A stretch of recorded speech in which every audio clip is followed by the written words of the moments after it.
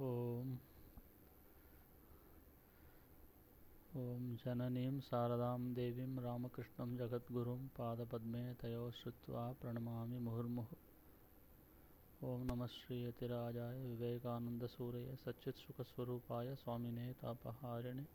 Om Stapakaya Cha Dharmasya Sarvadharma Surupine Avatara Varishtaya Ramakrishnaya Te Namaha. Salutations to everyone all over the world.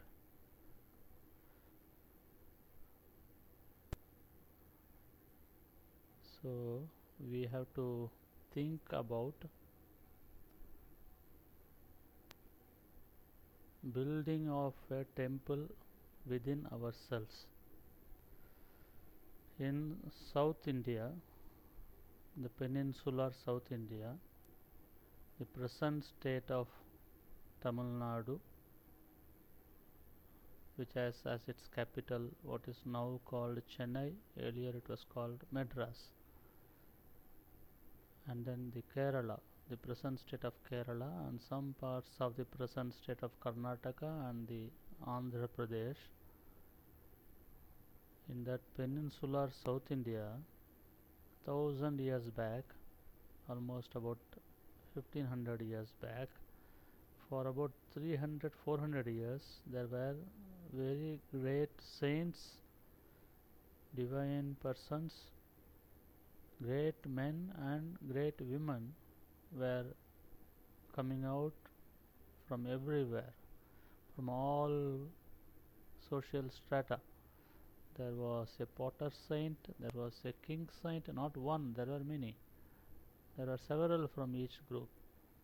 There were saints from palaces, saint from the field, farmer saints, and there's hunters. There was at least one hunter saint, and house maker women saints, businessmen saints.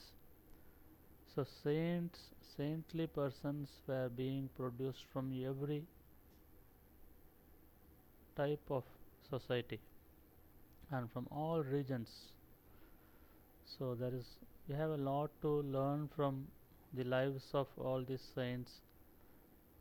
There were 63 saints who were attached to the order of Shiva, Shaivite saints so called, because saints have no religion.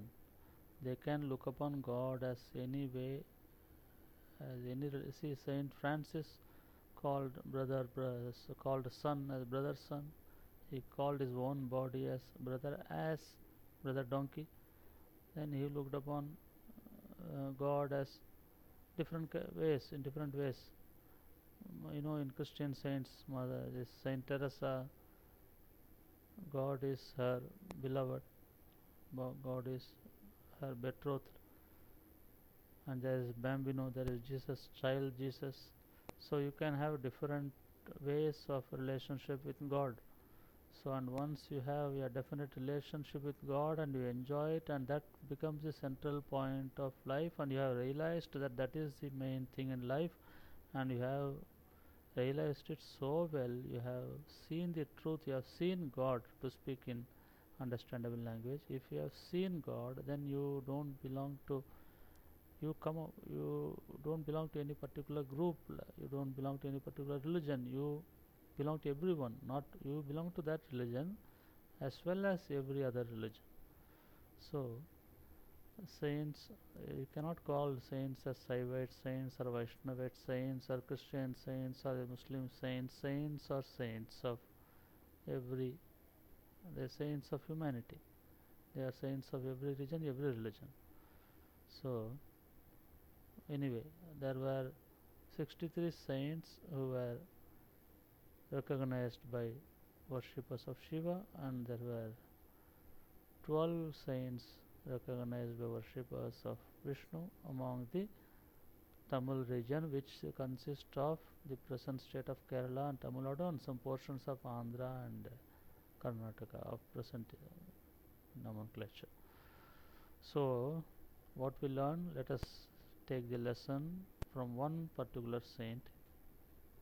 He was called Pusalar.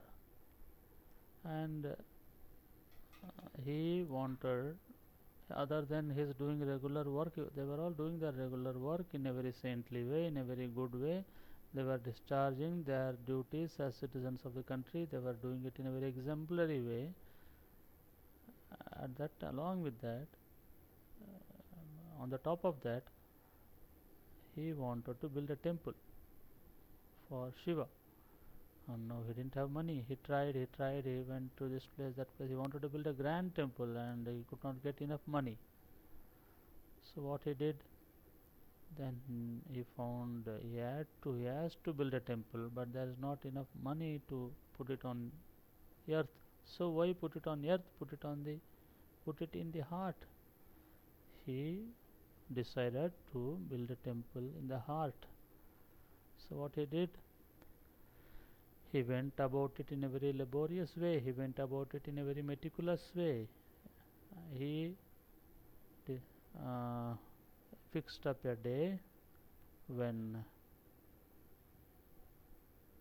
he fixed up a day for foundation stone. Then and he, very detailed way, in the mind he sat, or whatever he sat or stood or he walked, whatever, he was building the temple, and he laid the foundation stone. And then another day, whatever, he studied temple building and then went on securing workers for that, and then he went on in the mind, everything in the heart, remember that. And he, inch by inch, the foundation was getting built, and then the temple was coming up, and then whatever required pillars were coming up, a roof was coming up, and the whole temple within, say, as many months or as many years, whatever, the temple was ready for consecration, and he fixed up a date for consecration. He was happy building the temple. Then it happened in the region of Tondai Mandalam, which is the present northern portions of Tamil Nadu. Kanchipuram was the capital, and the king of Kanchi built a grand stone temple for Shiva. And they say the king is, I remember vaguely, the king is Rajashekara Pallavan, if I am Rajasimha Pallavan, and the temple is Kailashnath temple, a grand temple. So the temple king had built a temple, and he was about to announce a date when it will be sanctified by invoking the presence of the Lord. But when he was about to make a royal pronouncement, the king had a dream. The Lord came in his dream and said, "O king, postpone your date. I am not available. I am going to the temple built by Pusalar on that day." He gave the name of the village also, Tirunindavur. That's what I remember the name to be. In that village, Pusalar has built a temple, and I am going to sanctify that temple on that day, so you put it on some other date. The king woke up in wonder. Lord has himself come in the king's dream and announced to him that, no, you postpone your date, I am going elsewhere. And this king was a humble king, and he was a that's why he could build such a big temple, great temple for Shiva with so much devotion. So he wanted to take the dust of the feet of that saint.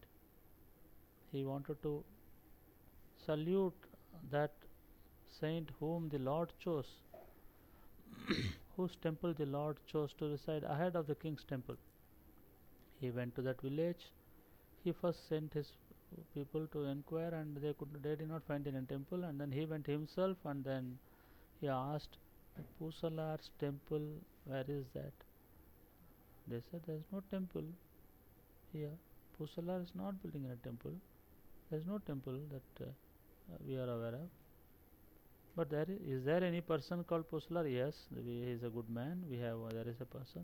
So all right, I will go to him. The king went to him, and the Pusalar was afraid. What has happened? The king has come and told, "Oh, Great one, you have built a temple, I heard. Kusalar became all the more afraid. How is it? Lord came to me and said that he is going to grace your temple, and so he has told that the temple in the capital has to be date has to be postponed for the consecration of the temple in the capital built by me. Kusalar was wonderstruck. Oh Lord, you have taken me as a என்னையும் ஒரு பொருட்டாக கருதி you have, you have given so much consideration to such a lowly person as me, and told the king this way.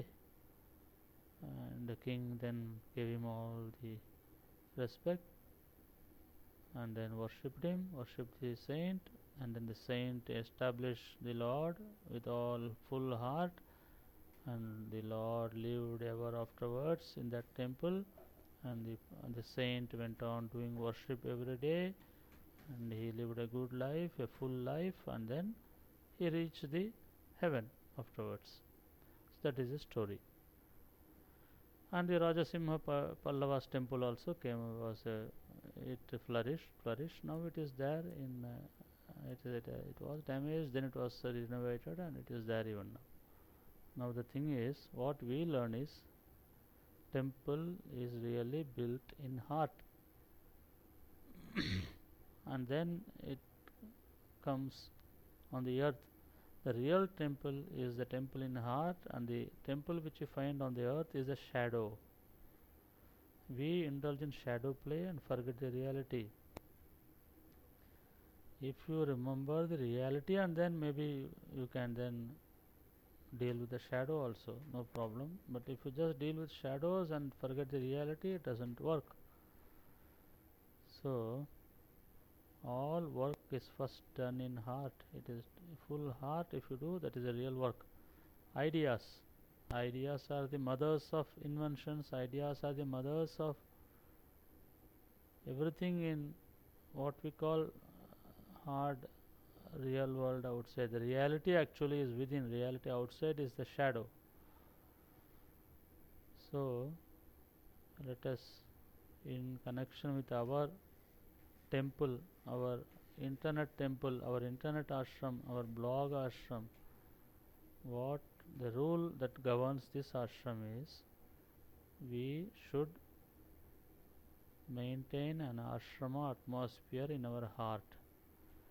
For that, whatever the impetus, whatever the words and pictures and audios and videos which is available in the blog, whatever way it helps to develop the reality within, then that much is the worth of that outside blog, or outside, even the outside so-called stone and brick and mortar temple outside. So every one of us, every day, every minute of our life, every day, day to day, day after day, year after year, we should try to watch our mind,